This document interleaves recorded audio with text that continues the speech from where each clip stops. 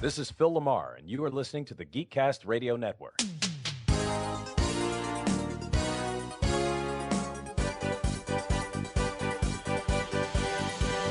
Thanks for tuning in to your remote control here on the Geekcast Radio Network. I'm your announcer, Optimus Solo, and on today's episode, join TFG1 Mike and the rest of the RC crew as they talk TV in the modern era.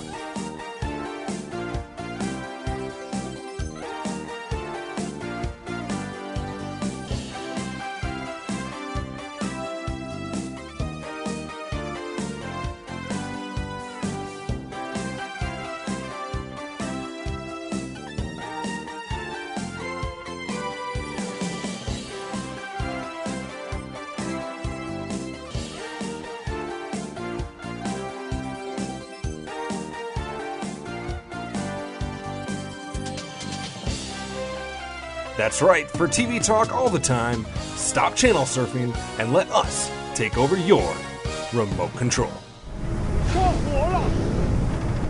The name of the island they found me on is Lian Yu. It's Mandarin for purgatory. I've been stranded here for 5 years. I've dreamt of my rescue every cold black night since then. For 5 years, I've had only one thought, one goal. Survive. Survive and one day return home. The island held many dangers. To live, I had to make myself more than what I was. To forge myself into a weapon. I am returning. Not the boy who was shipwrecked, but the man who will bring justice to those who have poisoned my city. My name is Oliver Queen.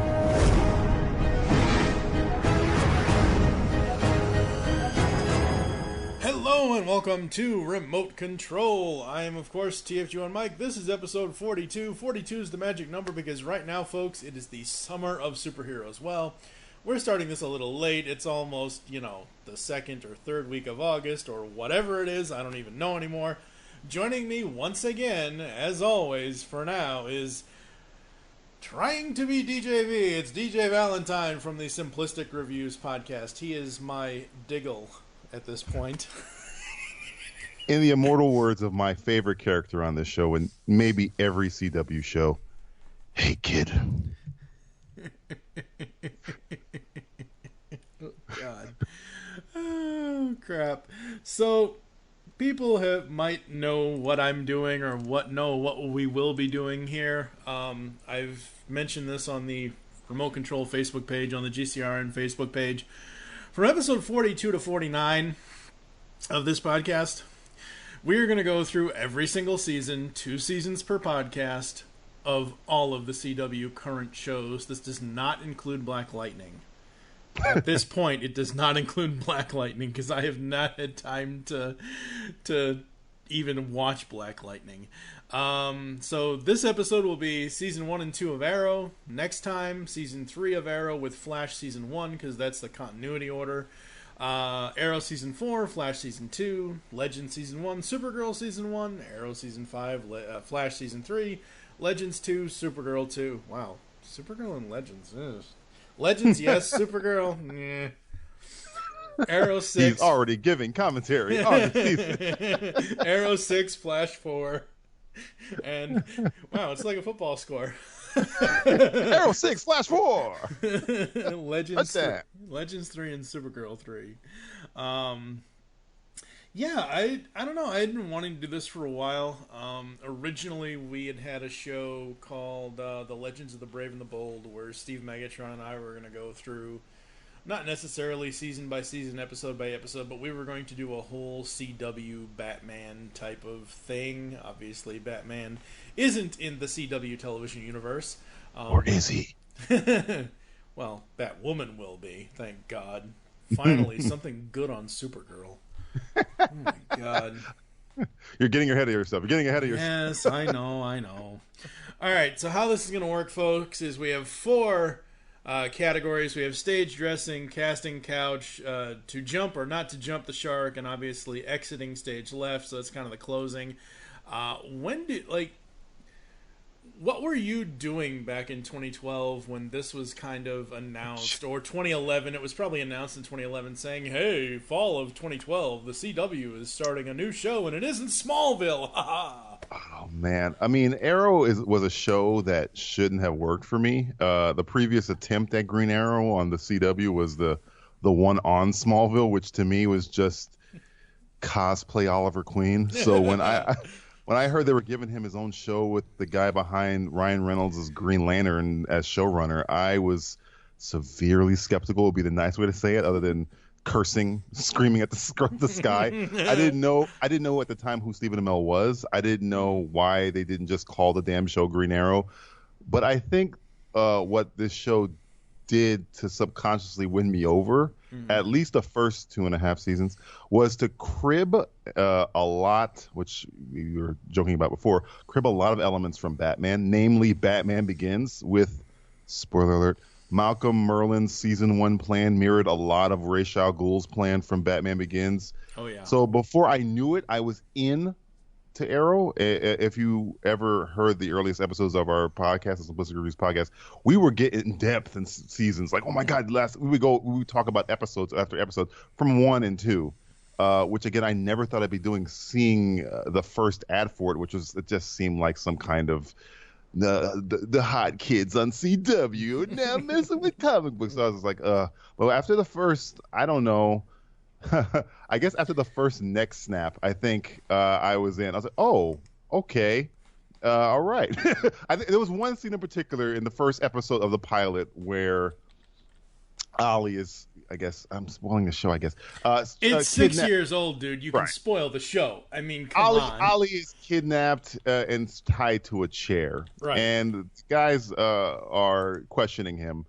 And at this point of the show, I'm like this. I'm watching the show, my arms folded, like, see, this show is going to be one of those stupid shows, you know. And then when he's getting tortured, and then he pulls his hands out like his hands are bound behind him, but then he tells the criminals, I'm not bound to the chair, and he pulls his hands out and then tears them to pieces. Yeah. I'm like, oh, okay, let me see where this goes. And then where it went was for me 2 really, really good seasons. So 2.5 really good seasons. Yeah. I will say right now, as we go through this, Arrow season 3, 4, and to somewhat a lesser sort of extent 5, I did not care.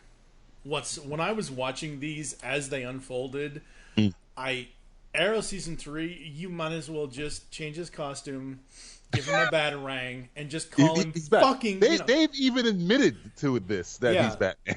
Yeah, I mean, you might as well just call him fucking Batman, because, you know... Fuck Batman. I mean, come on.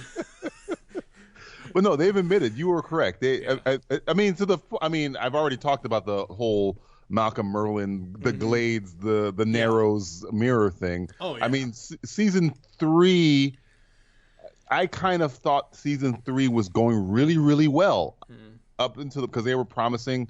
I'm pretty sure that's season 3 with Ra's al Ghul. Yeah. And when he, I guess, spoiler alert again, gets kicked, fights Ra's al Ghul, which I think that scene is probably one of the greatest comic book, live-action comic book scenes of all time, by the way, with Oliver versus Ra's al Ghul on a mountainside. I love that scene. I would put it up against any comic book scene you got. It's awesome. But after he falls off that cliff, the show kind of falls off that cliff with him. Yeah.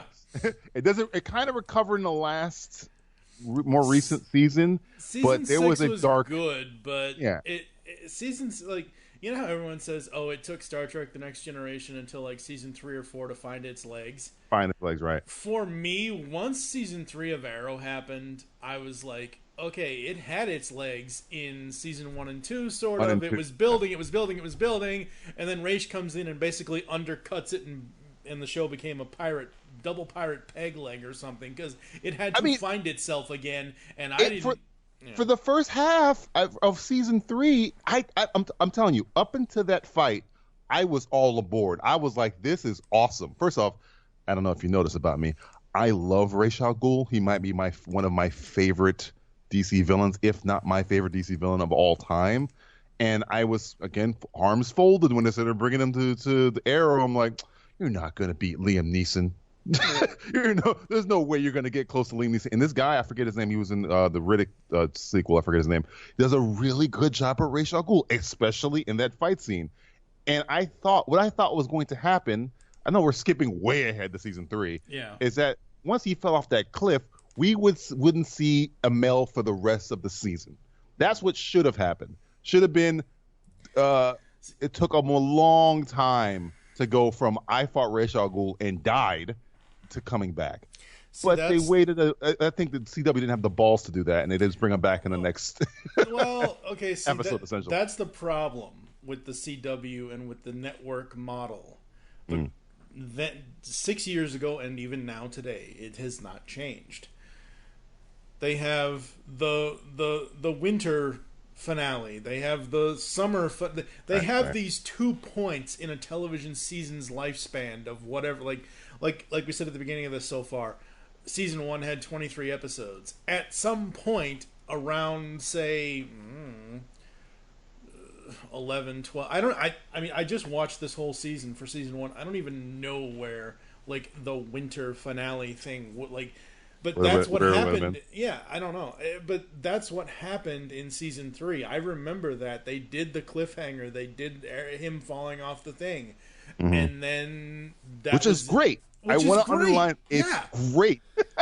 Except that should have been the full-on season finale, not the mid-season finale. Yeah, exactly. I completely agree with you. If that was a season, if they would have made these, and we've been kicking this around a bit for years. Even the Netflix model, we've been kicking that around a bit too. If they make these seasons more compact, again, I'm sorry, British television, where they make no episode filler. Every episode is about the plot. You make it 10 episodes, 11 episodes max, and that's the season finale. Season 3 might have been one of the best seasons ever because it's such a good first half. But then the second half is just like, it's never going to get better than this. And all of these shows, these CW models, these network television models, out of a fear of not having enough content for their network, they give these shows 23 episodes, and you got like 5 that are meaningful. The rest of them are just like monster of the week, as it was the coined phrase in Buffy, or just filler. You need to make these more. When you make them slim and mean, lean and mean seasons, like a Luther or a BBC show like that, you can really more get a handle on this. You can get a handle on these characters, and that's what Netflix is dealing with now with the Marvel stuff. Is everybody saying, whether it's Luke Cage or Jessica Jones or whatever, these seasons are too long, and those are 13 episodes. Arrow is 23 bloody episodes long. So I have not seen this in 6 years since it debuted 2012-2013 television season. I have not gone back to season 1. I still remember almost everything. There are certain things I forgot. There's certain things as I was watching, I would post on social media saying, "Oh, hey, I forgot about this," or there goes that guy. It's like, there goes that person, or there goes that person, or oh my God, looking at the Arrow title card from season 6 to what it was in the Arrow title card in season 1 is basically your basic black. And I forgot about that. Now, by my rough estimate, you have not had sex in 1,839 days. As your wingman, I highly recommend Carmen Golden. Which one is she? The one who looks like the chick from Twilight. What's Twilight? You're so better off not knowing. It's just interesting going. I was hooked, okay? When I was watching this, it took me probably till about... episode 12. Episode 12 was my kind of okay, I kind of remember what goes on from episode 12 to episode 23, because episode 12 was Vertigo. I was like, oh God, that's right, I remember this. But the first 11 episodes, I was like, ooh. Forgot about that. I forgot about the kidnapping. I forgot about the Deadshot. Forgot about Deadshot, forgot about Huntress. I was like, ooh, Huntress, she needs to come back now. She needs to come back for season 7. Hidden love child with Oliver Queen for season 7 or something. Have William have a brother or something. It's just crazy. Jumping on the casting couch for this show, as you said, Stephen Amell. I had never heard of this guy until this show. Even if I had looked him up, I wouldn't like this show and him as Casey Jones in the TMNT Out of the Shadows movie. How dare you bring that up? How dare you? What? Out of the Shadows was better than the first film. Oh, come on. It was better than the first one. This just you can't. You're comparing this Stephen Amell as Casey Jones, which the closest thing Stephen Amell has to Casey Jones is that his name is Casey Jones. That's the only thing they have in common to the Casey Jones that was in the original Teenage Mutant Ninja Turtles movie or any animated series. But yes, I've never heard of him before. I think never. I think the fact that Amell going in, especially if you're talking about the first couple episodes that you almost forgot about. Because so did I. The fact that Amell took the role and performed it super serious really won me over on him. Yep. There is like literally no tongue in cheek with him for the first like season and a half, where he's just Batman. He's essentially Bruce Wayne, which works for the character and makes him a standout in the DC CW universe. When he's like in a scene, Amell's in a scene with, let's say, Barry Allen. CDC, you can put a dark character with a light character, resulting in an effect that is entertaining, relationship wise. But I digress. It works because he is so good at playing stoic. I mean, he's pretty good at playing Batman. If they're making a Batman show, he's really good at Bruce Wayne because he's nailing all the dual identity. I'm really serious in my personal life, and in my public life I have to play like the drunken playboy. That's Batman. that's all Batman is, and I thought he really nailed that tone for this character. Yeah, I mean, looking through his filmography before Arrow, soap opera stuff, I'm assuming. He was in two episodes of New Girl. Oh, okay. He was in one episode of CSI. He was in one episode of NCIS Los Angeles. So was I. Everybody on that show. Mm-hmm. His television debut, according to the information I have, he was in 2 episodes as the spinning instructor on Queer as Folk. Okay. Don't never know that. He was a doorman in Degrassi: The Next Generation. Oh, okay. That's a great show. Yeah. Great show. Yeah. So the coolest thing outside of him being this character, being on a show with Drake. Okay, so while Arrow has been going on in 2015, they did something really cool. I will try to find the audio, the video. I don't know. Stardust is a dangerous man. Kick his ass, Arrow! Kick his ass, Arrow! Kick his ass!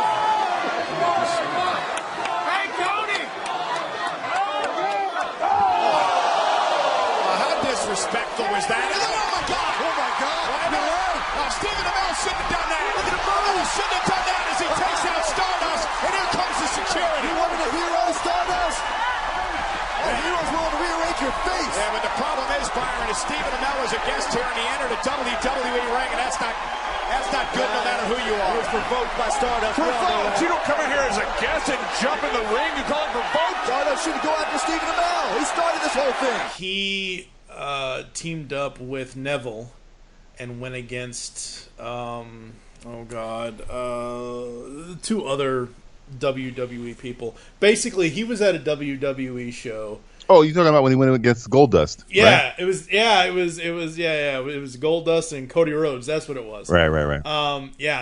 That I was like, hey, it's Arrow against the WWE. And he's jumping off of stuff. Oh my God! Like him jumping off the thing and going this way and going, and then him basically, going, not necessarily going up against, because I know it was. Let's face it, folks. It's not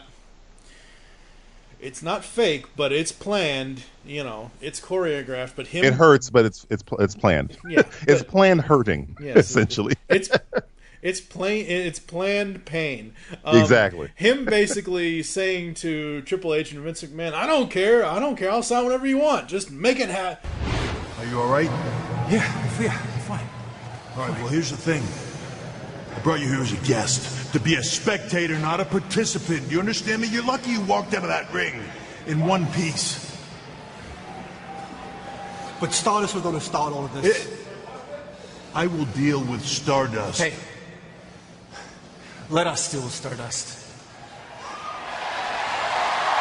Us? Us? Let me make one thing clear to you.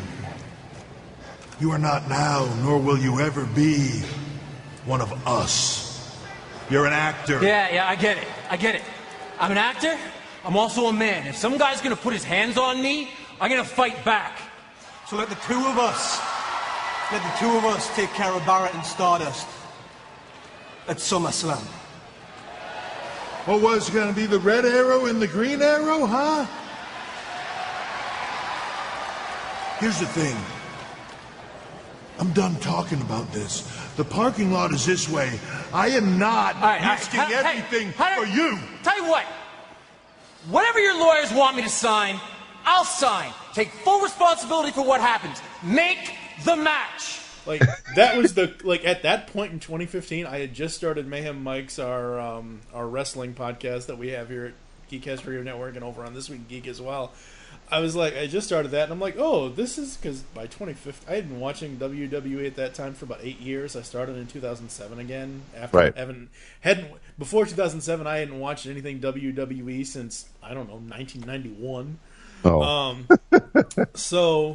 Or 98, actually, but anyway, so it's like, oh, okay, by the time 2015 rolls around, wow, cool. I'm watching that show. I'm watching this stuff. Cool, that's interesting. But yeah, no, he doesn't take himself. And the thing about, if you ever watch him at Comic-Con or any doing the WWE stuff, the thing about Amell, which I really like him, is that he doesn't take himself too seriously, and he's really serious about the character, right? I think he understands that Arrow is essentially the foundation of this whole CW DC universe. So he takes that, responsibility seriously. But if you ever see him at a Comic-Con or messing around with John Barrowman at a convention or something like that, he can laugh at himself. He doesn't mind doing the playful thing, which exactly. It's you don't understand how rare that is when it comes to these Hollywood characters, especially when they're taking actors doing superhero roles. Some of them don't, whatever, it's a show.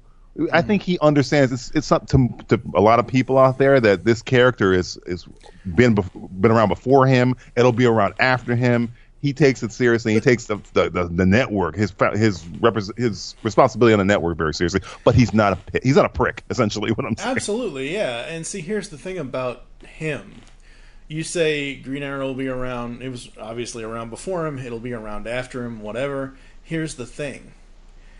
The only other person that I can remember that I actively loved as Green Arrow was the guy that voiced him in Justice League Unlimited. I forget what his name is off the top of my head. I forget what his name is off the top of my head. I go to you for these things, man. Yeah, I know. I'll look it up and we'll have it for the season 3 episode next week.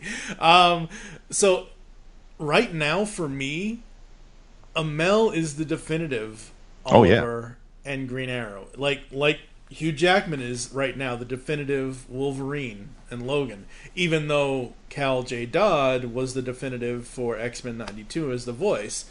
Right. In the video game. In the video game. Yeah. What surprised me about, and I knew this because I've known since I've been watching the whole thing, but every time I see Willa Holland's name in this show, I'm like, hey, what's Caitlin from the OC doing in this? That's what my first thought was. That's what she's from. Thank you. Thank you so much. What the hell is Marissa's little sister? And I'm like, looking, I'm like, God, I know you. Why do I know you, Willa Holland? Why do I know you? I watch the OC religiously. That's another show we can talk about. Oh, yeah. I love that show. So I'm like looking at her. I'm always looking at her like, God, I know you. I've seen your face. Yep. Thank you. Ooh, it was bothering me. And then, another recurring guest star as Robert Queen, Jamie Sheridan, was Deakins, Captain Deakins on Law and Order: Criminal Intent. Yeah, he was Captain. The beard. Yeah. It's the beard. Beard that throws you off, but you hear the voice and you know it's him. Absolutely. Yeah. Like you mentioned, John Barrowman. This is my first time seeing him. I know he's done Torchwood or anything, right? No, I have not seen any of that stuff. Right. So I love him. Manu Bennett as Slade Wilson. Okay, I swear. hold on. Don't. Manu Bennett needs to be spoken to in reverence. Okay, and that's fine. I'm just saying. I swear, before I knew what his name was, that the fact that he was Slade, I looked at that guy and I'm like, I know I've seen him in other stuff. I just did not know the guy's name at the time, and I even looked him up, and I'm like, I don't remember anything that he's done. The biggest thing he's done is probably The Hobbit, which you never saw his face. He was the white orc, one that was fighting Oaken Shield or whatever. But that was after this. But for a long time, Ron Perlman was my Deathstroke. I mean, much like Michael Ironside is still my dark side. Oh yeah. But Manu Bennett, oh man, he's so good at Slade Wilson, so much so. His is the only, when you say Deathstroke to me, the first voice that pops into my head is, "Hey kid," with that little whisper he does, a little whisper growl. Sorry, Joe Manganiello. I mean, you're popular or whatever, but you'll never be Deathstroke. You probably never be Deathstroke, but you'll never be my Deathstroke.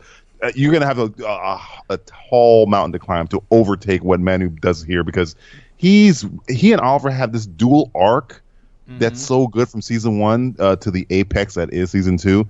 Their friendship works. The fact that Oliver learned from the best, I like that. It's almost like a Samurai Jack sort of thing, where Oliver's just picking up all these skills from different people, just like Samurai Jack picked up. I'm going to learn from Robin Hood. I'm going to learn from the Gladiators. The fact that he's being trained by Deathstroke the Terminator is so dope. And not to jump a season ahead, but the love triangle between him and Shadow and Ollie works for me. Unlike the one between Ollie, Laurel, and Tommy, that didn't really work for me that well.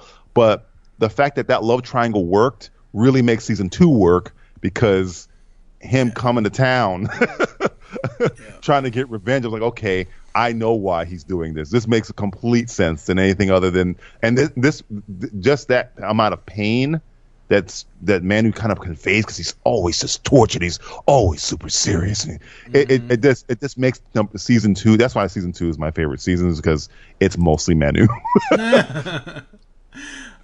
He has worked with both John Cena and Stone Cold. He was in The Marine, and he was in The Condemned. WWE yes, he was in The Condemned. Yep. I remember yes, I remember that. I think that might have been the first thing I've seen him in, was The Condemned, actually. Probably. That's most likely the first thing I saw him in. Katie Cassidy is Laurel. Polarizing. Yeah. I love how they've taken her, the actress, and reshaped the Laurel character over the years. Like, obviously, spoilers, not that I need to say that, because, hello, the show's 6 years old. If you people haven't seen the first 5 seasons, at least, our Laurel eventually does die, but they've taken her and turned her into Black Siren, alternate Earth Laurel kind of thing. I love that they were able to do that with her. What's your favorite Laurel? Because my favorite Laurel, I think the Laurel that works for this show is it's gonna be hard to say, Lawyer Laurel. Yeah. There's Lawyer Laurel. There's Drunk Laurel. Then there's Black Canary Laurel. Then there's Black Siren Laurel. I think Lawyer and Black Siren work the best. I think you're right, because that Black Canary Laurel, not so much. Not so much. No. So much so that they, going to another character, Felicity Smoke, kind of took her spot, because in the comic books, Black Canary and Green Arrow, that's the Superman Lois Lane relationship, or Batman Catwoman relationship, and they're like, well, Amel kind of has more chemistry with Emily Beth. Yeah, so we're going to go that way, if you don't mind. Yeah.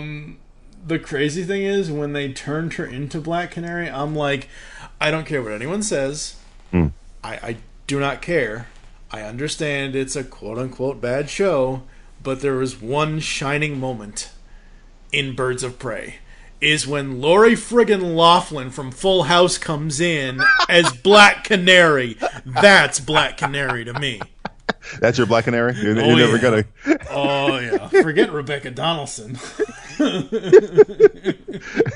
Okay, Birds of Prey was a TV show that was on... How many seasons was that on? One? Just one. 13 episodes, that's all YouTube it got. Folks. Don't trust me, it'll be there. Yep. It'll be there. Yep. Since you mentioned her earlier, Emily Beth Richardson or Rickerson. I always want to say Emily Beth Richardson, but it's Emily Beth Rickards. Rickards, that's what it is. She has not been in a lot of stuff other than the DC TV stuff. Films. Her debut was a short film called Bacon and Eggs in 2012. She was in a Flicka movie, Cowgirls and Angels, Dakota's Summer. Cowgirls and Angels. These sound like you're just making shows up. I'm not. These are actual films. Real. Sadly, yes. And most of her television stuff is Arrow, Flash, Legends, Supergirl. Right. I give the showrunners credit, because if you watch her first scene on this show, which I just recently got to watch, I think it's episode 4, episode 3. She, from the first scene, you're like, oh, you can't just have, because I think she was supposed to be one episode, and this character is from the comic books, but it's such a throwaway character in the comic books, so just it seemed like it was like a name drop. But she is so good as this quirky kind of, playing off of Oliver's stoic, again, contrasting a comic character, a comical, bright character with a dark, brooding character. Works, DC. But when this the first thing, I think Oliver's dropping off like a laptop and he wants her to decode it or whatever. Yep. And she's just so like bumbly, nervous. It's like I could watch a whole. This could be a show, just them. Felicity is in season 1. She is the uber hot nerd girl. Right. But she has charisma. Like she has charisma. She does. And as the show goes on, her backstory is actually really interesting. With with her father and her mom. She has a lot. I mean, thinking about where they could have gone if they would have, followed the comic book. And I'm more of a stickler to following the source material. But again, I get the bad rep of I just want it to be just like the comic books.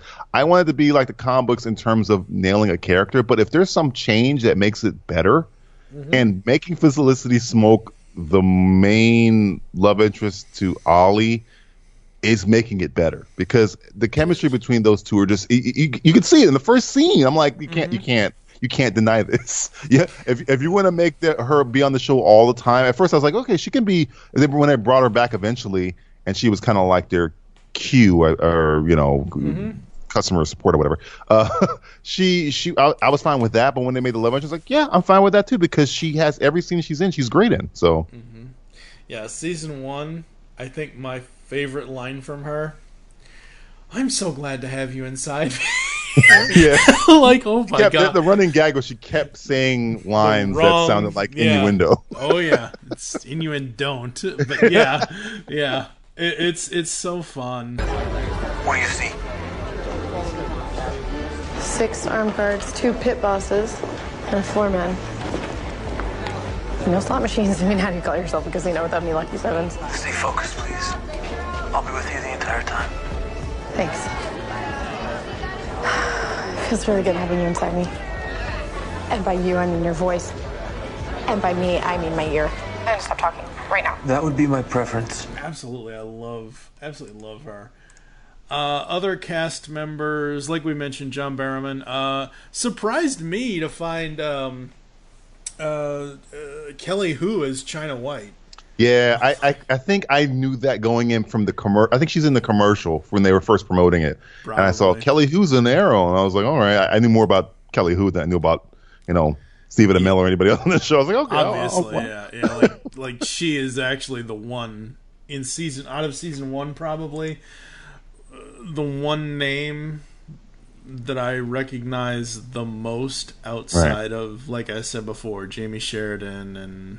When was Michael Jai White on there? Because he was Bronze Tiger, I think, but I can't remember if that's 2 or 1. I always get the seasons thing. Probably 2, because he was not in this one, I don't think. Right. But no, Kelly Hu was like the big guest star. she's the big recurring guest star, because but I mean her, started off with Friday the 13th, Jason Takes Manhattan for a film debut. Wow. And then she was in Surf Ninjas in 1993. I mean, I can't blame her for that. No. Obviously, X2 is Lady Deathstrike in 2003. Great in that role. Yeah, she didn't absolutely. say anything. She doesn't have to. I mean, does she really have to? Well, that's like such a. Again, I'm going to the comics. She's such an interesting character, and they kind of give her nothing to say. Yeah. But she looked the part, and her fight scene with Hugh Jackman's awesome. That's like one of the highlights of that movie. So. Yep. She was. Let's see what else. She was Inspector Michelle Chan in one of my favorite TV shows, Nash Bridges, from '97 and '98. Good old Nash Bridges. Yep. She was in Sammo Hung's Martial Law from '98 to 2000. I think I watched that show. It's so funny. I'm just a network we have here called H&I Heroes and Icons. They're running this day shift where they run like Nash Bridges on Monday, Early Edition on Tuesdays, NYPD Blue on Wednesdays or whatever. And I'm watching Early Edition which I have not watched that show in forever. Kyle Chandler's Early Edition. Yep, exactly. And I'm like, there was an episode at the end of the third season, because that's where I'm picking it up on this network, is the end of the third season going into the fourth, where it was a crossover, and Sammo from Martial Law was in Chicago. Get out of here. I'm not kidding. It was hilarious. I'll give you the episode name later. I loved it. I gotta see this. I thought it was hilarious. Kelly also, she's the voice of Stacey Hirano on Phineas and Ferb. She was in Numbers for an episode, NCIS Los Angeles, Hawaii Again, 5-0. everybody has been on that show. Yeah, exactly. Obviously, most recently this year, she's in Tangled the series as Adria. So there's that. But yeah, no. The cast in this show, I love them all pretty much. There really isn't. How do you feel about Tommy? He's dead at this point. But how do you feel about Tommy? I mean, he's dead. What a response! I like him once he had his money taken away from him, that he had to actually grow up. Like, I hate his father for doing that, but you see these rich kids and you're like, okay, being the rich kid, character stereotype, that's great, whatever, but something's got to change. And I do like how he stepped up. I had forgotten that Oliver had told him that Oliver was the Hood. And let's talk about this, folks. In the first season of this show, they call the guy the Hood, the vigilante, that. Forever. They call him the Hood forever. Yeah. Call him anything else. It took, and I understand story-wise, I get it, but it took them until they were backdooring. Oh God! Flash? Until they were backdooring Flash. For them to, number one, get him an actual mask and get him the actual, like, I get it, it's a story thing, they're gonna build up to it, but 2.5 seasons of building to your getting your Arrow mask and your actual comic It's the name? vigilante, or it's the Hood, or it's the the guardian angel. I'm like, dude, we needed Cisco to give these people names. Yeah, we needed Cisco. In Cisco we trust. Yes, he's the one that gave him the mask, if I remember correctly. Or was that no? It was Barry. Gave him the mask. Maybe I think Barry said something about, here, Cisco whipped this up for you. Right. But it was Barry that actually gave him the mask. Okay. Or something. Or perhaps it's because the vigilantes' activities have had a chilling effect on the city's criminals. What are your thoughts, Oliver? I think the vigilante needs a better code name than the Hood, or the Hood guy. I agree. How about Green Arrow? Lame. Yeah. Yes. Pain on his eyes. Like, every time I watch the show, I'm like, hey, I'm just waiting for someone to go, hey, Oliver. Yeah, because I can clearly see it's you. It's just, Oliver would say the first episode with Huntress, when I'm like, okay, like before he and the Huntress actually even mixed it up together. As soon as I saw her, and I'm like, okay, and I saw the Frank Bertinelli, and I'm like, okay, well, it's clearly Helena. It's clearly a woman on that motorcycle. Like, I mean, and then obviously they're in that fight, and he basically punches through her helmet and rips it off her. I'm like, are you really that shocked, Oliver? Come on. Come on, man. Come on, man. Use your brain. What are some of your notes and thoughts overall for the season? Did you have specific moments that you remember as you watch some of this stuff, or I guess we got to talk about Diggle. Diggle was he's the Harley Quinn of this series for the simple fact that he's such a great character. They retroactively transitioned him into the comic books, and even got people hoping for him to be a Green Lantern. I mean, Diggle. It's again what this show is like. I think they stumbled into chemistry and these characters. Like, I don't think Diggle again was supposed to be more than as a bodyguard motif, that because they had Oliver narrating the first couple of episodes. Other than the opening thing. That's the interesting thing about this show, about going back to this. I forgot there was no clear. There is an opening beat with the title card, but I forgot how it opened. That the narration was like, because they don't do that. They very rarely do they do that now. Right, because I think what happened was when they were first doing they were kind of feeling their way around the pilot in the first couple episodes, is that Oliver's going to be by himself, so we need to get into his mind, so we'll have him narrate. But as we've learned, and I've heard interviews of the showrunners hated the secret identity stuff because it limited them storytelling wise, which explains that all of these shows, all of the CW shows go on as they go on. Oliver, Barry, Kara went from no one knowing their secret to entire buildings filled with people knowing their secret. So you don't really need narration when Oliver can say what he's thinking to Diggle or Felicity. Or who else knows it? Oh, Lance or Sarah or Mr. Terrific. You don't really need the narration anymore. But I think they intended, or at least when they pitched the show, it was going to be like secret identity. Never telling anybody your secret. So the only way we get to know what Green Arrow is thinking is him talking to the audience. But it is weird and striking. Like, oh wait, he's still talking to us. This is episode 3. He's talking about what he's going to do. That's weird, because now in the newer seasons, I don't think they ever do that, because he's just everything he thinks he says it to Diggle, or he says it to Mad Dog or Wild Dog. What the heck his name is? Wild Dog. Yeah. So, but yeah, it was fine. But I think Diggle, like I said, they backed into this stuff because the first episode where he shows up, it just feels like another throwaway character. And this guy, I forgot what the heck is his name? I always forget Diggle's real name. David Ramsey. David Ramsey, yeah. He wasn't a big deal actor-wise either. So you're just thinking he's just a day player, and then you realize he really has a chemistry with Stephen Amell. And as they go into it, now you watch the first episode and you realize where Diggle is gone to where he is now. It's like, wow. He's essentially the Alfred of this. And I don't mean that in the meaning way, because Alfred is super important to Batman, and Diggle is super important to Oliver Queen, which is crazy. Yeah, it is so crazy, and it's so fun. Like I said, I forgot about half this stuff. Once they got to the Vertigo episodes, a couple episodes, I'm like, oh, okay, here we go. The Vertigo stuff, Count Vertigo. Okay, which one is your favorite? Is it the Peter Stormare Count Vertigo, or is it the young? Who cares what the actor's name is? Count Vertigo? I don't even know. I Arrow in the beginning. He's just gonna go after people on the list, and then they Diggle and others convince him to go after all crime.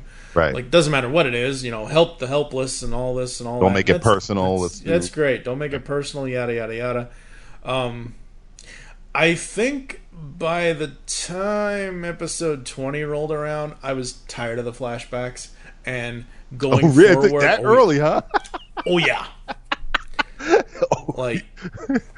Done. He was like, I'm out. I love Deathstroke, I love Shadow and all that and everything else, but what I liked about them is in the beginning how they when Oliver first comes back, it ties into the first couple episodes. There was one episode where he woke up out of a nightmare, and that's how they went into the flashback. They came out of it by him waking up out of the nightmare. So it felt natural that the flashback was actually him having the nightmare of what had happened to him. Right. But by the time everybody that is important to him knows kind of like what what happened on the island and whatever else. And I already knew at this point, rewatching this, and even though I remember this happening when I first watched it, like 5 years on the island, he wasn't always on that damn island. Right. You didn't have to wait until season 2 or season 3 to find that out. Hell, he went home and killed his drug dealer. He went back to the Oh my god! I like the fact, even though they kind of Tommy kind of hints at it, that he makes reference to Lost. So this show is kind of Lost in reverse, where instead of being on an island and flashing back to your life in the city, they're in the city and flashing back to their life on the island. But yeah, I think after, I can't say I didn't like the flashbacks because it gave me Deathstroke, gave me Wintergreen, it gave me Fires. Yeah. I love the Bratva stuff, which they've been doing. I liked them, but by the time, like I said, by the time the season was almost over, I was over. Like, I don't dislike them, but I'm just kind of like over the whole flashback thing. Right. Couple of things that I noticed in this season, and this didn't actually happen until season 3, but like the whole thing with Laurel and her mom and her dad and Sarah and all of that, like. Oh, the recasting of Sarah with Caitlin. That was yes.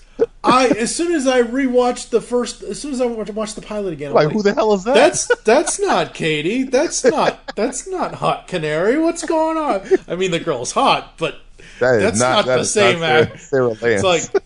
It's like I'm just waiting for the voiceover guy.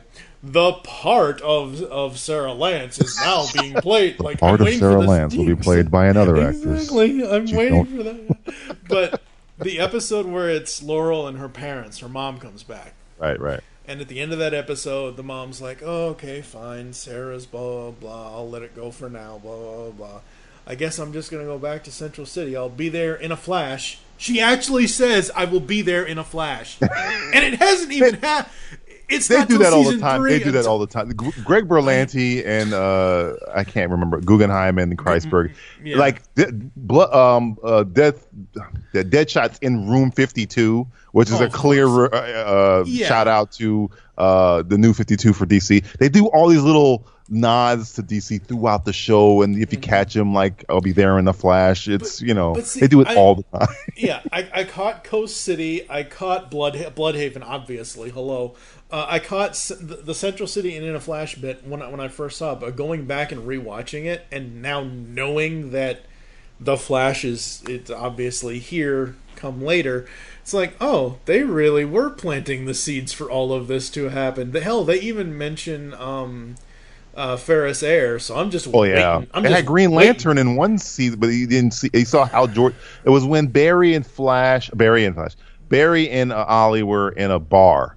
Yeah, and I think it was at the end of one of the crossover events, and like walking out was like Captain Jordan or something like that, and it's supposed to be Hal Jordan, Green Lantern. Yeah. They do these little. I give them credit for that. They don't, and they never like hit you, here is a new 52. They don't really like hit you over the head with it. It's always kind of like, if you're paying attention, comic books, you go, hey. But if not, you're like, all right. Yeah, exactly. I think he mentioned Bruce Wayne this previous season, which is the first time they mentioned Bruce Wayne, where it's like. Yeah. Doing a press conference, and he goes, I don't know, I was at a party where I think Bruce Wayne was there or something like that.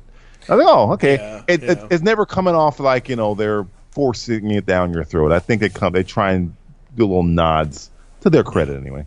Yeah.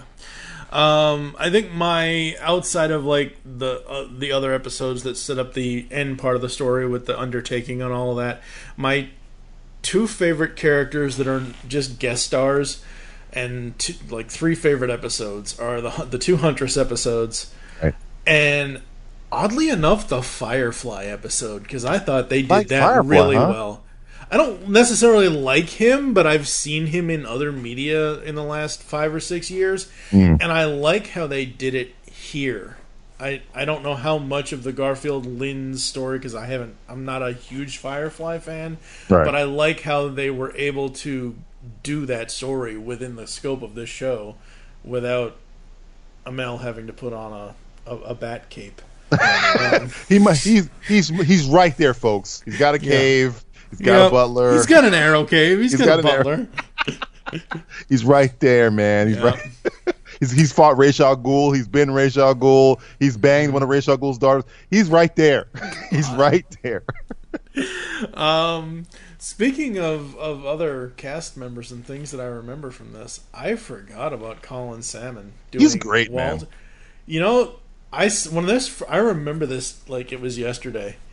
When I first saw this season back when it premiered, I'm like, what the hell is Robinson from GoldenEye and Tomorrow Never Dies? What the hell is James Bond's butler doing in... Have you ever seen him on Limitless? No, the TV show or the movie? The TV show. I have not seen the TV show. He's yet. he's like a freaking badass. I love that guy. Yeah, every time Colin Salmon shows up, I'm like, oh, cool. Colin Salmon's here. Yep. He's in Resident Evil. He's awesome in that. Yeah. But yeah, he's great, and I think in the first when Oliver first gets back from the island, he's very like, you're banging my mom. But I think in the middle of it, and I don't think they ever make explicit mention of this, you can see Oliver realizing, I'm being a dick to this guy, but this guy's a really good guy. He's not a dick. My mom is the dick. And I think he was when he was coming back from the island, it was almost like set up where he's thinking his mom is, just a doting mother, and what the heck is his name in the show? Robert. Robert is like the dick. But as you watch the show, no, it's Walter. Oh, Robert Walter. Anyway, sorry. Oliver like slowly starts to realize, like, oh wait, my mom is evil, and the guy she's marrying is actually a genuinely good. Decent human being, which Felicity Smoke finds out he's a nice guy, and he's played by Colin Salmon, who's awesome in everything. So yeah, exactly. Like, I think the best moment for Ollie and Walter was when the hood guy saved Walter. Right. And at the end of it, he said, something. He basically called Ollie son. Right. He didn't call him stepson. He didn't call him, Moira's child. Like, he called him son. Like before this show, there were three things I knew this guy from: GoldenEye, Tomorrow Never Dies. I don't remember if he was in World's Not Enough. I don't think he was as Charles Robinson. But that and the first Resident Evil is the first Resident Evil movie. First Resident Evil movie is the only Resident Evil movie I've seen out of that franchise, and I barely remember it except for him. Him and Mila Jovovich, Miss Lilu Dallas Multipass Girl. Lilu Dallas Multipass Girl. Yes. And the thing about him in the show is like, you almost forget that Oliver's dad was a son of a bitch. He was admittedly he shot himself because, I guess, spoiler, he was a son of a bitch. He at least he had the clarity to realize it and tell Oliver to fix what he had. So out of everybody in Oliver's life, the one decent parent was Walter. That's exactly. It. His mom was a piece of shit. His father was a piece of shit. Walter was actually a decent human being. That's right. So yeah. Absolutely. We didn't even really talk about in this season about Roy Harper, Red Arrow, whatever he's going to eventually, Arsenal, whatever. I liked him. I thought it was cool. He was very. I don't have anything against the actor personally. In every media, I've never been a big Roy Harper fan, and his storyline kind of. I mean, I think I liked him the most on Young Justice, which is kind of the only time I've ever really. Yeah, okay, I can deal with you now, Roy Harper, but in comic books and in other stuff, he's always a dick. He's always kind of like, I don't go to the next person. Go back to Oliver. Oh man, what would you rate 0 to 5 for season 1? What do you think season 1 deserves for? Going by your GCRN scale, I'm gonna probably give it a 3.5. It's good. It's good. I think the apex, like we've talked about, is season 2. I think that's when for the show to be good, from where my expectations were, is phenomenal, because I was like, this is gonna suck. I was like, there's no way, and the people behind it, they made Green Lantern. Have you seen that movie? So I'm just like, there's no way it's gonna be entertaining. I'm gonna quit after 3 episodes. It's gonna get canceled, and it's still on the air. It's the foundation of the CW DC universe. So yep. I say it's good. It's very good. If you've never seen any of the shows, watch the first 2 seasons. Maybe skip to okay. Season 5. What would you recommend? I'm gonna give season 1 about. I'll give it a 4.5. I really did. Wow, you dig love going. The only thing I'm taking a half point off for is because the Merlin stuff. You don't like the Merlin stuff? No. I like him. I like the Dark Archer stuff. I just don't necessarily like, hey, we're going to, put an earthquake under part of the city and destroy it just because my wife got shot, so I have to kill everybody. Did you like the Ra's al Ghul fear toxin in the Narrows because we got to make the world balance? It's the same plot. It's the same thing. No, not really. I like him as a character. I love John Berman is a great actor. He gets better every season, by the way. He gets better every season. The best, and we're like I said, folks, this is the summer of superheroes on Remote Control, and we've jumped around, and we're gonna continue to jump around. The best part of Merlin is when he eventually teams up with Damien Dark. I don't know. I think the best part of Merlin is when he just inexplicably shows up in the Arrow cave and they can't figure out how he keeps finding a way in there. It's like, it's me. I'm Malcolm Merlin. I'm a badass. I'm the magician. Exactly. I was the Dark Archer. I think when him and Oliver, because Berman and Oliver work so well off of each other, when their goals kind of align, I like that a lot. Just for some reason, it's a little. Sometimes I like when the bad guys and the good guys are on the same team. It's kind of cool. But I think that's when they were dealing with Ra's, which I think is in season 3. It's season 3 when we get there. So 4.5 for me. What else did you just ask me? Something else before I rated it. I don't remember. I don't know. Overall, very much enjoyed it. We're going to take a quick break here, folks, because as I said earlier, two seasons, 1 podcast. So we're going to take a quick break, come back with season 2 after this.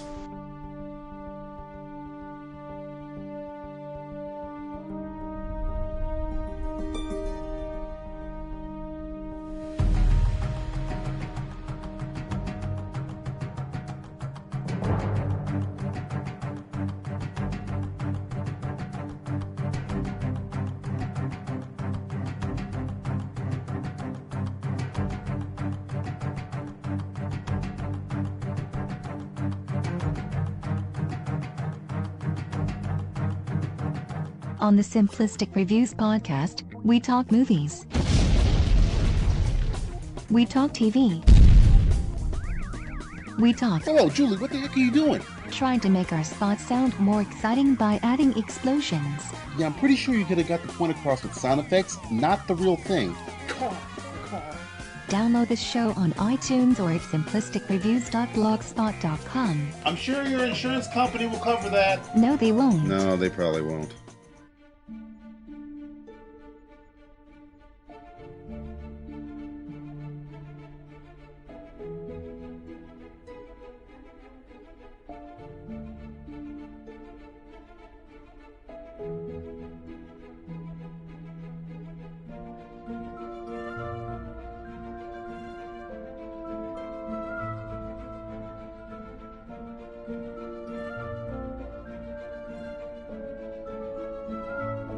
We are back here on Remote Control, episode 42. This is the summer of superheroes here on Remote Control on the Geekcast Radio Network. TFG and Mike, trying to be DJV, DJ. I can't even talk now. Wow. It's just DJ. It's just DJ. It's just that's my new show on. It's just me, DJ. Yeah, it's just me, DJV. Wow. Now I'm like, you need a third or fourth verse to that Eminem song. Jesus. So we are continuing on here in episode 42, talking about Arrow Season 2 with the Summer of Superheroes here on the Geekcast Radio Network on Remote Control. Wow. I forgot. I haven't, like I said in the Season 1 part of this episode, I have not watched this since it aired. Mm-hmm. It's been on Netflix forever, of course, with the announcement and finally the pricing available for DC Universe. Of course, right. All the CW shows will be moving over to DC Universe app. let me ask you really quickly. I know we're supposed to be in the middle of this podcast or whatever else, but since whatever, DC Universe pricing for the app has come out for the subscription service. It's either $7.99 a month, right, or $75 a year. Huh. You're asking me which one I would pick? What are your thoughts? Yes. I probably pick $7.99 a month so I can cancel. Okay. I have a feeling that I don't want to be locked in for a year. It's like, crap, I'm never gonna get that $75 back. But $7.99 a month, I'm like, okay. Because if I watch like one episode of Titans, I'm like, yeah, I'm good. I'm straight. I don't need this network anymore. You'll be like, fuck Batman. I was like, wait a minute. This I mean, not enough episodes, reruns of Arrow and Flash can keep me on this network. I can watch CW live. Yeah. So $7.99 a month. But here's the thing about the DC Universe app. It's going to have everything. It's going to have Lois and Clark. It's going to have the old Superman serial, supposedly. It's going to have all the movies. It's going to have all the animation over the last X number of whatever years. How's that CBS network the app doing? That other one, that streaming CBS. I assume it's doing well. I mean, I don't know. Because what he has. I don't know. The way I look at it now is I'd rather pay the $75 a year than end up paying close to, let's just say, after taxes or whatever, wherever you're living, whatever state. Let's say the $7.99 a month ends up being $8.06 or $8.10 a month. But can you cancel, like, let's say I'm in the third... That's the thing. I need options to leave. I can't be locked in a sentence. I'm not going to be on that island. It's like $75 a year is Leanne Yu. I don't want to be Leanne Yu. Oh, my God. I'm stuck on this island, kid. I can't get off. I got to get off this island, man. Wow. Alrighty, then. So, Arrow Season 2. Wow. Oh, man. Yeah. I had forgotten half of the stuff that happened. As I said earlier in the episode about how early Flash was hinted at in Season 1. I mean, it's all here. I forgot that Episode 8 of Season 2, The Scientist, was the backdoor pilot for Flash. Right. Completely, I thought that was Season 3. I thought that was Season 3 of Arrow. I'm like, I told you this. We had the Dark Knight first season of Arrow, and now we come to the best season, in my opinion, the Dark Knight Rises second season of Arrow, where I think this is when the show kind of hit its groove and really knew what it was doing. Where Arrow moved from a Vendetta show, which is the first season, starring a superhero, to an actual superhero show where you got Dr. Ivo and Amazo references. There's Barry Allen over there. A whole bunch of another Room 52 reference when it comes to one of these. They always keep an eye out when they find a person living in an apartment. Guaranteed 9 times out of 10, it's Room 52. It always happens. Well, that and the fact that Lance's call sign is DC 52. Yeah. They keep dropping it. 52. Delta Charlie 52. We get it. We get it. We get it. All right, we get it. Some guy's just gonna walk in the middle of the frame and go DC, and then keep walking away. They're gonna get less subtle as the seasons go on. It's gonna be Will Arnett. I'm Batman. I'm Batman. First try. No, but I mean, going into the show, and I know we briefly spoke about it. I never knew the relationship between Green Arrow and Deathstroke the Terminator is something I needed until this season, where I was like, this is one of maybe the greatest relationships of two comic book characters in a medium that I've seen. Because going in, it's like Deathstroke really has no connection to Green Arrow. He's a Batman guy, or a Robin person, as we talked about. But it's so good. The stuff that happens here in this season is what put this show, and I think this network, on the map. Season 1 was good. Season 2 was like, okay, we got to start paying attention, and that's when they backdoored Barry Allen to the Flash and stuff like that, and that led to essentially a DC network that before the DC streaming service app happened. Yeah, but you've got basically the beginnings of all the League of Assassins stuff, because you've got they said League of Assassins, guys. If you go through my Twitter posts, you probably will find a lot of swearing. But if you go back far enough, you'll find me geeking out about the same episode when they said League of Assassins. Because in the Dark Knight, Batman Begins, it's League of Shadows. And it's never, I was like, League of Shadows? What?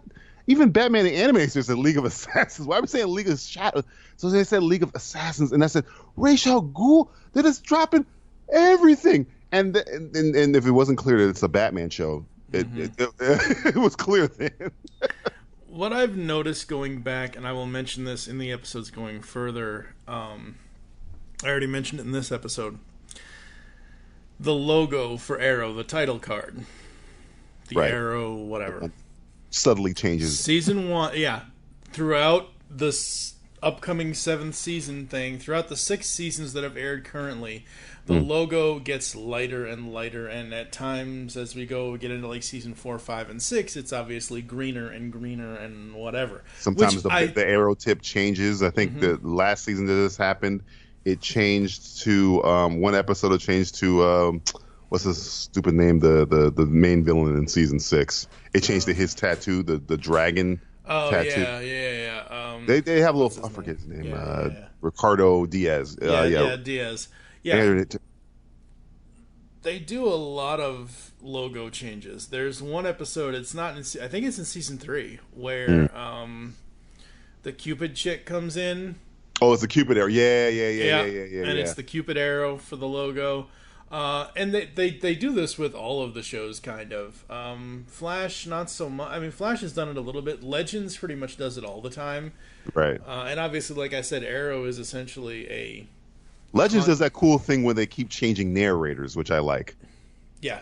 When they say a different, because the whole gimmick is they say like who they are, and when the Legends does it, they switch from like somebody saying it nicely, and then it goes to like Mick, and he's like, "Hey, we're Legends. I hate this job." Yep. That part is cool. Yeah. But the Legends logo changed like a few times when it's been villains. It's changed from blue to red or something like that. With Arrow's logo changing from season 1 to season 6, it's obviously it's making fact of how the show has changed and how the character of Green Arrow Oliver Queen has changed. Like, you look at that season 1 logo, it's a black arrow. I mean, it's not... No budget. Not a lot of style going on. No budget. It's a triangle on a black screen, essentially. Yeah, when I first watched this for season 1, as we mentioned, I'm like, wow, that's like... When did Batman become Arrow Man or something? like, I don't know. It's crazy. But even I like it. Even with the crossover, this show and the way Flash works, the relationship, and I'm jumping way ahead, but the relationship between Arrow and Barry is what Batman and Superman should be. That their relationship, sometimes they're at odds, sometimes they're on the same side, or most times they're on the same side. But just the way where Arrow is stoic and Barry's optimistic and happy, and the way they work off each other every time they're in scenes together, it's enjoyable because that dynamic works so well when you have a straight man and the comic relief. It works. When you have two straight men, it's just boring. When it's just So I think when their crossover event kind of happened was around the time. I don't know. Did they announce Batman v Superman at that point? I cannot remember. It was 2012 when they announced. No. 2012. Damn. When the hell did it? But for some reason, when I first heard BVS, and I was like, man, I hope it's kind of got this same kind of dynamic where the Justice League animated series, that's the pinnacle of how you do Batman and Superman in the same scenes together. But the way Ollie and Barry work off of each other in this season and in future seasons, and one of my favorite moments, which I don't remember, I think it's in a Flash episode. We'll talk about that later, but it works so well, and I think Ollie's development in this show. Ollie's development is this show. How Ollie starts to how, like you just brought up, with the arrow changing and how the character changes. That is the show, really. Is how he starts. When we first see him, he's just a cold-blooded, just murderer. He don't give a damn about anybody. And then I watched I finally finished season 6, and he's got like a team, and he's talking about, we gotta. I watched it season 2, a couple episodes of season 2. He's like, we can't have vigilantes running around the city. And in season 6, there's vigilantes all over the city that you're endorsing. So it's all about how Oliver changes throughout this show. Yeah, and that's the cool thing about it is I often look at a one-shot movie or something that has a beginning, middle, and end. Obviously, everything does. Some things wrap up really quickly, some things put on a bow on it, and some things leave you cliffhangery or whatever. But you look at something that's just like a one-shot, and you don't get enough character development. And this is the cool thing about between movies and TV. Movies, there's not there's a lot of character development throughout, let's say, the first 2 Batman films that are originally there. Right. Because I know as soon as I bring up the other 2, everybody's going to jump down my throat, including you. But at least the first 2, because it was the same actor. And I've said this before, Michael Keaton, one of, if not the best Batman. I will still defend Batman Forever as being a Bruce Wayne movie over a Batman film. But the thing of it is you only have a finite amount of time. The CW, WB, UPN, the CW doesn't cancel anything. Nothing. So it's not like I'm sure certain things go away, but in this DC Warner Brothers CW television universe, these shows aren't going away anytime soon. I mean, it's more logical that Supernatural will end before any of these things will. So Supernatural's never going to end. Yes, it will. I'm gonna have a long wispy beard, and Supernatural will still be on the air. God. But the point is, you have more time in television to develop the character, and that's what I love about this is each of these shows, each of the main characters, Arrow, Flash, and Supergirl. Supergirl still needs work. Supergirl to me is like how people describe Star Trek The Next Generation. It didn't really gain ground until like the 3rd or 4th season, or it didn't really, come into its own until the 3rd or 4th season kind of a thing, because they have the whole stigma of, Star Trek TOS and whatever, even though they said whatever. Point is, single character shows, you have X number of episodes, X number of seasons to build that character. And they've done, as much as I dislike Arrow's season 3, 4, and 5, because it just kind of went off the rails a little bit too much for me, and we'll get into that as we do these episodes, they've really worked on the character. And because Stephen Amell is so gung-ho about everything to do with this stuff, he's so committed with it, and that's great. You don't want to have a Ian Gruffudd, Mr. Fantastic or something in a show like this where you don't care. You don't want to have Chris Rock show up and say, I should be the best voice actor ever.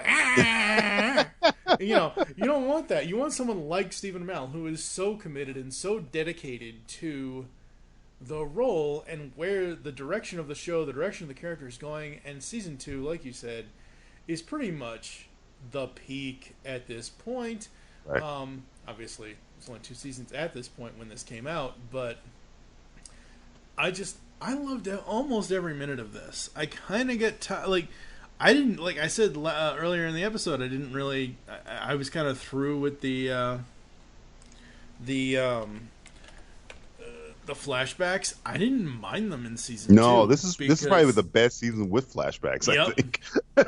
Absolutely. The first season's kind of like, okay, I get the gimmick, but here you're like, oh man, you're learning about Slade, you're learning about Ivo, you're learning about Sarah. You're learning about Shadow. You learn about so much stuff. And then as this season ends, skipping ahead, you left that awesome cliffhanger with Amanda Waller. Yep. So you're just like, oh, whoa, this is and they're off the island. So you're like, oh, crap, this is great. Mm-hmm. So yeah, I think in terms of flashback, and after a while, it started getting tired. I think they should start doing something else with those. I don't remember. I'm trying to remember in season 6.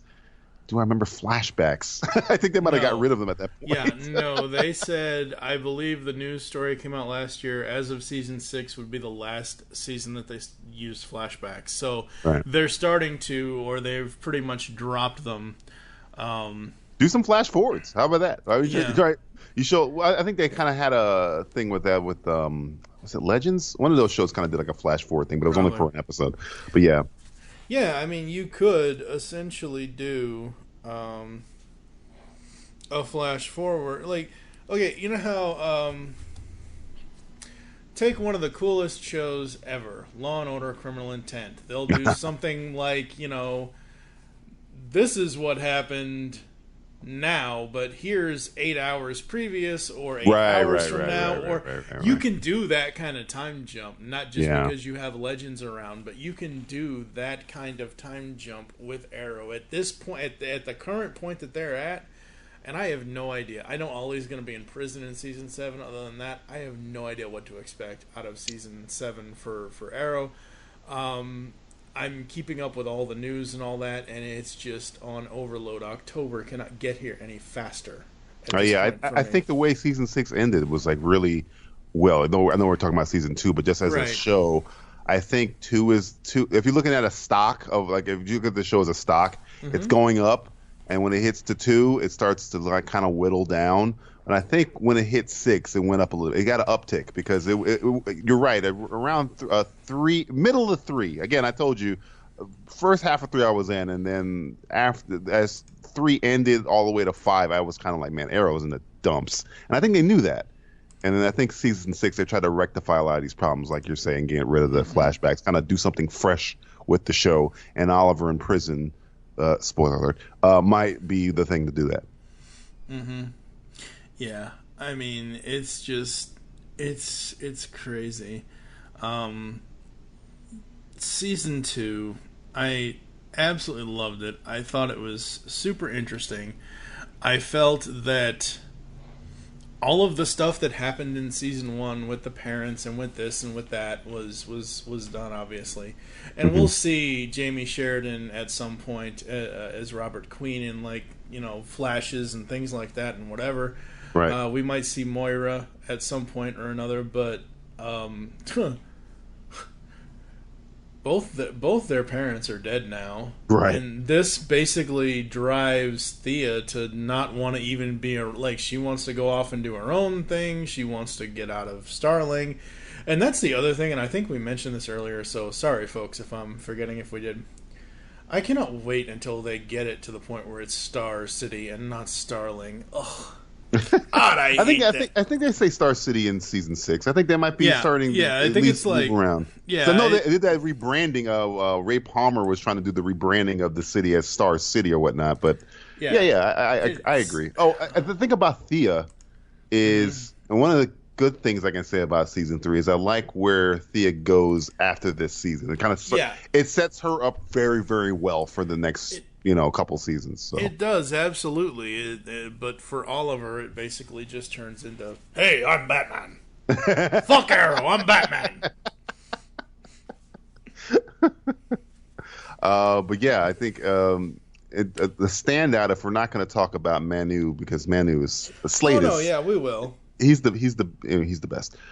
Katie Lott's recasting. This is where recasting is done right. Where I think I could give a damn about Sarah Lance, and Katie Lott's made me think that Sarah Lance is probably either 1 or 1B most interesting female character in the Arrowverse. So interesting, she got her own damn show. So yeah, Sarah Lance, Black Canary, now she's White Canary. She's awesome, and I like when they introduce when they go to her flashback when she wakes up on the boat, the door, Titanic style. And you see the little canary float next to her. I was like, oh, that's really well. They do a lot of little subtle things. Though that's kind of not subtle, but little things where I'm like, oh, that's cool. And just her performance, Katie, talk about a character that's grown, where she was kind of like this ditzy girl, and then now she is essentially Captain Jack Sparrow on a time ship. Yeah, exactly. Who's a badass who can she's the muscle essentially on that show. So yeah, I like it. And Katie Lott, she just brings something to that character where, unfortunately for the actress that plays Laurel, Laurel just starts to be outshined by every other female character on the show. If it's not Thea, it's Felicity. If it's not Felicity, it's it's Sarah. It's crazy. Yeah, if it's not Felicity, it's Sarah. If it's not Sarah, it's Nissa. If it's not this, it's that. If it's Sin. not whatever, it's like it's Sin. Yeah, exactly. Moira. Like Moira, seriously, every it's female like, character it's Shadow. Every female character just seemed more interesting than her, so she keeps falling down the totem pole of the Amanda Waller, Lila. All of them are more interesting. I'll say this for Katie Cassidy's character of Laurel, it got better in season 2 because they're giving her some sort of path. They're giving her the path of her finding out. Like, the moment when she went to Sarah and Katie Lotz pulled off the hourglass. I forgot it was a wig. Oh, the wig. I thought that was still her. Like, I forgot that was a wig on her. And I'm like, oh, okay, so that's one way to disguise yourself. Use a giant blonde wig. And I mean, she's blonde anyway, but that's... If you're blonde anyway, like, Batwoman has a red wig, but she doesn't have red hair. She looks different.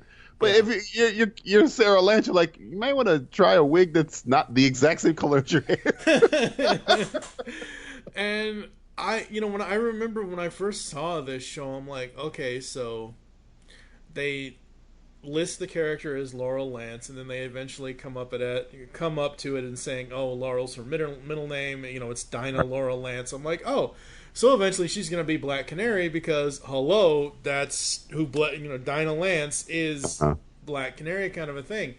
What I love about Arrow is the twists and turns that they've taken throughout the 6 seasons to get to the point of where the Black Canary character is. Because at first I was like, Sarah Lance, that's not Black Canary's real idea. Who the hell is it? Like, I'm like, what?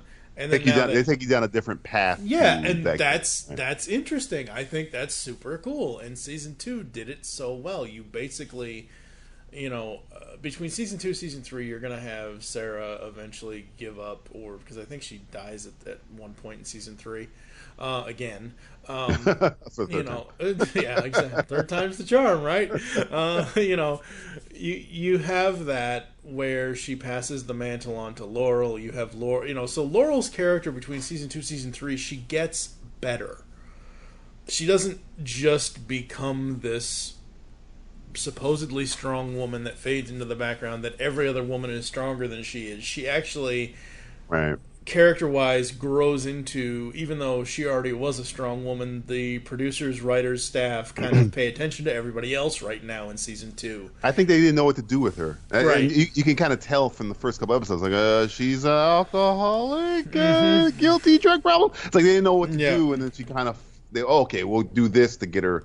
Well, that's why they got. I guess this is why where 23, 22 episodes comes in handy, because you can kind of figure it out before. I kind of like shows that are shorter that they figured out ahead of time, but I think in the middle of the season they kind of figured out, okay, this is what we're going to do with Laurel, because in the beginning I don't think they had any idea of what they were going to do with her, because they were kind of more interested in Sarah's coming back. How is it going to affect Laurel and Detective Quentin Lance? They weren't really paying attention to what's Laurel doing at the time. We'll just give her something to keep her kind of stagnant until we're ready to use it, until we figured out what the heck that is, which eventually is Black Canary stuff. Yep, absolutely. What else do we want to bring up about season 2? Is there anything you didn't like about season 2? I didn't like the drug problem with Laurel, because again, it's pretty telegraphed stuff. I do like the fact that this season has one of my favorite lines in all of the Arrowverse, and it comes from John Diggle, where he says, "My secret identity is the Black Driver." It makes me laugh every single time. Sebastian Blood. I mean, there's been some unfortunate names in politics: Jeff Flake, Donald Trump. But dude, honestly, are you voting for any politician with the last name Blood? No. That's like voting for Greg Evil or like David Knifewound or something. It's like, not a huge fan of the Blood storyline, except for the parts that are connected to Deathstroke. He's kind of like a fake. We were talking about Batman stuff. He's kind of like the Scarecrow in Batman Begins. He's kind of like the mini boss before the boss. Yeah, pretty much. And the actor who plays him is, I guess, he's okay. It's just like, that whole everything when Blood shows up, I'm like, oh god, just. But when Deathstroke is introduced and you see that Deathstroke is just Geppettoing this whole situation. It's like, okay, I understand your purpose now, Blood. Before I didn't, I was just worried going into season 2 that as that stuff happened, that he was going to be the main person. I didn't see the Slade villain thing really coming. Oh, really? Yeah. I mean, until it starts happening, you're like, oh, this is great. This is more. So you almost forget, like, my apprehension to begin. Like, don't make Blood the main dude. Don't make Blood take out Slade, and then Arrow has to take out Blood. Get rid of Blood. Blood's just a mini boss. Yeah, that's probably the things I didn't like. And for the fact that they cast a character actress, I really like Summer Glau, who is River Tam from Firefly, Serenity, who I like a lot. I do not like her character in this show, was essentially she's just, mean lady, who's also being, her strings are being pulled by Slade, and she's essentially Slade daughter 2.3. I don't know what the hell she is. That whole other thing, I think it should, when it's mano y mano, Ollie and Slade, it's perfect. It's literally perfect. A perfect show. All these other people kind of get in the way of it. Blood and I forget Summer Glau's character's name. That's how much I don't really like her. Isabel Rochev. Rochev, yes. When they get kind of in the middle, it's like even when it comes to even when on Ollie's side, I just want Deathstroke and Ollie. And I think I do love the twist that this show ends with, kind of with how Ollie defeats Slade, in the fact that they kind of play with the fans a little bit, where he says the line, "I love you, Felicity," but it was all so he wanted Slade to get her so she could.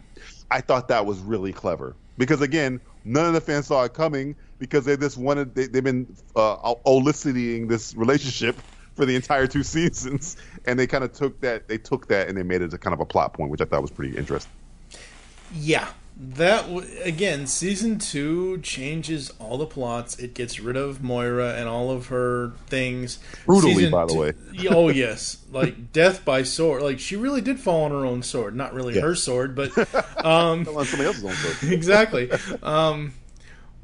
We get this here, and they eventually come back to it. But season 2 was where we find out that young Ollie got some chick pregnant. And that eventually comes back around, obviously. Still dealing with the whirlwind of that. And did not go away. No. It's still there, folks. Okay, so season 2, let's say season 2, they're what, maybe 5, 6, 7 years after the island or something, or what? I don't know. I think it's 6 years after the island. Yeah. Okay, so let's say by whatever time that, we come back to Samantha and her son, even though that, like, I don't even think they said her name in the episode here in season 2, but I just know, I remember that's what her name was, and obviously she has a boy, yada yada yada. I don't know how long $2 million would make her last within the Arrowverse, especially in Central City. I mean, Central City eventually gets Big Belly Burger. They have, Central. What's the name of the coffee shop? It's not Central Perk. Don't you dare say that. It's oh God, it's They rebranded something else. I should know this. It's we'll find out next week. We'll find out when we get to the Flash season 1. Arrow season 2, there wasn't much I didn't like about it. No, it's the least flawed season, I think. Yeah, I actually did not get tired. I said earlier with season 1, by episode 11 or 12, I'm like ready to tap out at this point. Like the halfway point of the season, out of the 23 episode, I'm like, okay, ding, ding, ding, I'm gone. Glass Joe just hit me in the face. I'm out. Season 2 was not like that. I actually enjoyed every bit of this. I didn't even see the Summer Glau twist happening until it happened. Wow. Did not even and again, some people go off memory, some people don't. I can't. In order for me to discuss these things, I don't care how old the TV show is. I have to rewatch whatever it is that I have to rewatch to do it. Because unless it's Knight Rider, I don't remember shit. Michael Knight. That's right. But no, I think this, you can just tell as this season's progressing, they're having fun with it. And I mean that from behind and in front of the camera. They know we're going to drop a Suicide Squad episode here just because we can. And then we're going to have a kind of a nod to Harley Quinn, but we can't use Harley Quinn. They're just dropping all these little things where it's like, oh, that's pretty cool. The Metamorpho lab is where the doll maker's hanging out. It's just stuff like that. You could tell they were hitting their stride, and they were like, okay, we've been picked up. We kind of have a better budget now. We can just start dropping stuff. Hints to this. Maybe this will be a show. Maybe this won't. Maybe this is just so we get a little treat for the fans. And every single episode seemed to have 2 or 3 treats for the fans, whether it's the DC 52 or the Door 52 or the Amazo stuff. I just like that. That personal stuff to me, this shows to me they did their research. They're not just, using it as a name. They actually want to make a good show, but they know what the hell they're talking about. They've done more research on Arrow than I probably ever had, or the DC universe that I've ever done. So if I'm picking out stuff, and I'm not a huge knowledge person when it comes to DC, I know Marvel a bit more. But I remember I watched the Justice League cartoon backwards and forwards. So when I see things like Amazo, when I saw Amazo the first time, I was like, oh shit. Yeah, exactly. I was like, oh shit, that's awesome. So yeah, I think this was the season where when you get in the groove, this is the groove season. Yes, it very much is. And it's just, what is so great about this is you have, I don't want to say, you have your main storyline with Sebastian Blood, Brother Blood, and Slade Wilson obviously gets revealed as it goes along. Right. But you also have, as you said, these little nods, these little things. Almost vignette episodes. Like Huntress came back for an episode. That made you happy. Of course. Hello. Hello.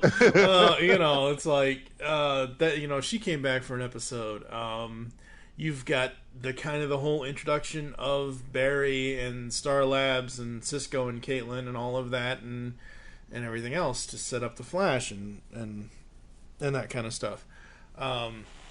So that was cool. Caitlin Snow was a drop as well at the time, because when I was like, wait, isn't that Killer Frost? I was like, whatever. At the time, I was like, they're just dropping these little things, and then now we know that Caitlin does become, spoiler alert, Killer Frost, one of the big Flash characters. So yeah. Yep. Yeah, absolutely. And season 2 has just done so much. I mean, they've just done so much with it, and it is so cool. Just everything with it was great. Like, there's nothing here. I don't remember. That last 7-episode run is probably worth the price of admission anyway. Like soon as Slade kind of gets in there, man, and you're like, okay, and you see that he's essentially like doing Lex Luthor-y things, but he's Deathstroke. So it's just like, okay, he's got the physicality, but he's got the mind game stuff. I love. I mean, it's kind of like the best parts of Spider-Man 3 when Harry's messing with Spider-Man or Peter. I love that stuff where he's just, I'm gonna tear your life apart. Then when you're at your weakest, then I'm gonna kill you. That's why I got the Dark Knight Rises thing, because that's essentially what Bane does, because he just tears away Bruce Wayne until he's just Batman, and he just breaks him. So yeah, I this season, in terms of a great arc, this is probably the strongest of the arcs. I mean, the Glades arc, though it's essentially the same Ra's al Ghul Batman Begins plot, it's not as personal as this one. This was personal. Oh, stuff. Yeah, it is. The one episode that I thought they did really well to further Oliver's character was episode 9, The Three Ghosts, where you have to see your three ghosts and figure out what they're trying to tell you. And the fact that they brought back the actor that plays Tommy to be that third ghost was really friggin' cool. Like, for Ollie to get the closure, I guess you could say, from, even though it's a hallucination or whatever, like, but, he forgives himself, essentially, through a ghost of Tommy, Exactly. That was really cool. I just love going back and watching this stuff. I think it's just super fun. What would you rate season 2? I think I would probably give it a 4.5. I'll go 4.5 because I think this is the pit. Like we've said many times, this is the pinnacle. I think every other season's lower than. This is not perfect. There are some episodes that are I don't need it, but this is as close to perfect as the era has ever been and probably will ever be. Though I think as a character, Arrow has consistently, or Green Arrow, or Ollie, or whatever, or Stephen Amell's character, he has been perfect in all the crossovers. Like the way they do Oliver in all these crossovers has been like he's batting 1,000. Yep. And like every time there's a Flash Arrow crossover, or an Arrow Legends of Tomorrow crossover, or an Arrow whatever, perfect. But in terms of seasons, in terms of show seasons, I think this is the best, and this is 4 out of 5. 4.5 out of 5. Yeah, I'm right there with you, 4.5. There was nothing in this season that made me want to turn the show off. There isn't anything that they did to reference whatever, to say, oh, they didn't do that right, or oh this, or oh that, or whatever. Everything about the show as of season 2 is coming into its own. It's giving all of the characters that you follow certain storylines and certain things that you could follow each one of them in whatever ways that you wanted. That whole switcheroo thing with Felicity and Laurel, with having Felicity go back to the mansion. The fact that the mother is now dead and the mansion is essentially empty. Like, I don't. It's been so long since I've seen these earlier seasons. Like I said, I haven't seen them since they actually aired half the time. I don't remember. Do they still have? No, the mansion in seat. Like I don't know if that. I'm trying to remember. It might have been season 5 or 4 they dealt with that, because he lives at Felicity's place, doesn't he? Yeah. So I don't know. Like, seeing the mansion empty was cool and weird. Seeing Walter come back was great. I thought that was super cool. Seeing Colin Salmon come back. Yeah. Did we ever mention that mansion in the first season is the same mansion from X-Men? It's the same mansion. They use. Oh, is it? I believe, I'm like 95% sure. You can look it up, but I'm pretty sure that's the exact same mansion. They just come in through the back way, but I think it's the same castle that they use for those movies. Oh, cool. Did you know that Lian Yu is in Canada? Isn't everything in Arrow in Canada? Well, probably, but I'm saying that I've said this before, and I'm sorry for repeating it, folks. I pay attention to the fictional aspect of things. I don't like whatever's in front of my screen. That's what I'm paying attention to. I'm not paying attention to where it is in real. Like, everybody's like, "Oh, Metropolis is New York and Gotham City is New Jersey." I'm like, whatever. Anyway, but it's it's one of those things where I'm like, I just kind of got curious after I had watched the first season and I watched part of the second season, up to the first 8 episodes. I'm like, I'm curious where it is. So I just Googled it and I'm like, oh, it's the scenes that they use for Lian Yu are shot somewhere in Canada. It's cheaper, and for the simple fact that the forest looks very foresty, not jungly, which an island would be. So it makes sense. Yeah, true. I don't know. I just really dug it. I thought it was super fun. All right, I think that's going to do it for us. Where can the people find you and your lovely show, Simplistic Reviews, online, sir? You can find me on Twitter at Trying to Be DJV. Our show Twitter is at Simple Tweeters, and you can follow everything. Just search YouTube, Spotify, iTunes, the dark web. Just search Simplistic Reviews. You can find us. You guys are on the dark web? Wow, you must charge for that. Oh, so much money. So much money, kid. Hey, kid, so much money. I'm at TFG and Mike on Twitter. You can find Remote Control on Facebook. You can also find Geekcast Radio on Facebook and Twitter, at Geekcast Radio on Twitter. Coming up next time, we've got episode 43, where DJ will be back with me to talk Arrow season 3 and The Flash season 1. Fuck Arrow. I mean Batman.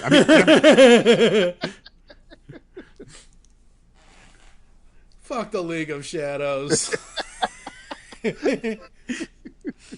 Alright, folks, we're going to get the heck out of here. Keep fighting over the remote control, and we will catch you next time here in the Summer of Superheroes on the Geekcast Radio Network's Remote Control. You're going to run over there, you're going to come back at me, and you're going to get hit with an arrow. No, I'm not. Yes, you are. Okay, fine. I will humor you. Ready? Ready.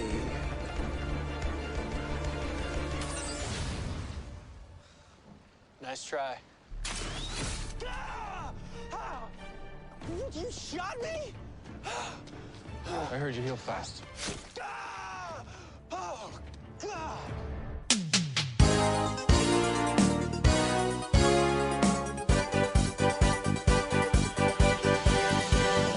You've been tuned in to Remote Control, the Geekcast Radio Network's modern TV podcast. Join TFG1 Mike and the rest of the RC TV crew next time for a new modern TV topic. I'm your announcer, Optimus Solo, and remember to think of us the next time you pick up the remote control.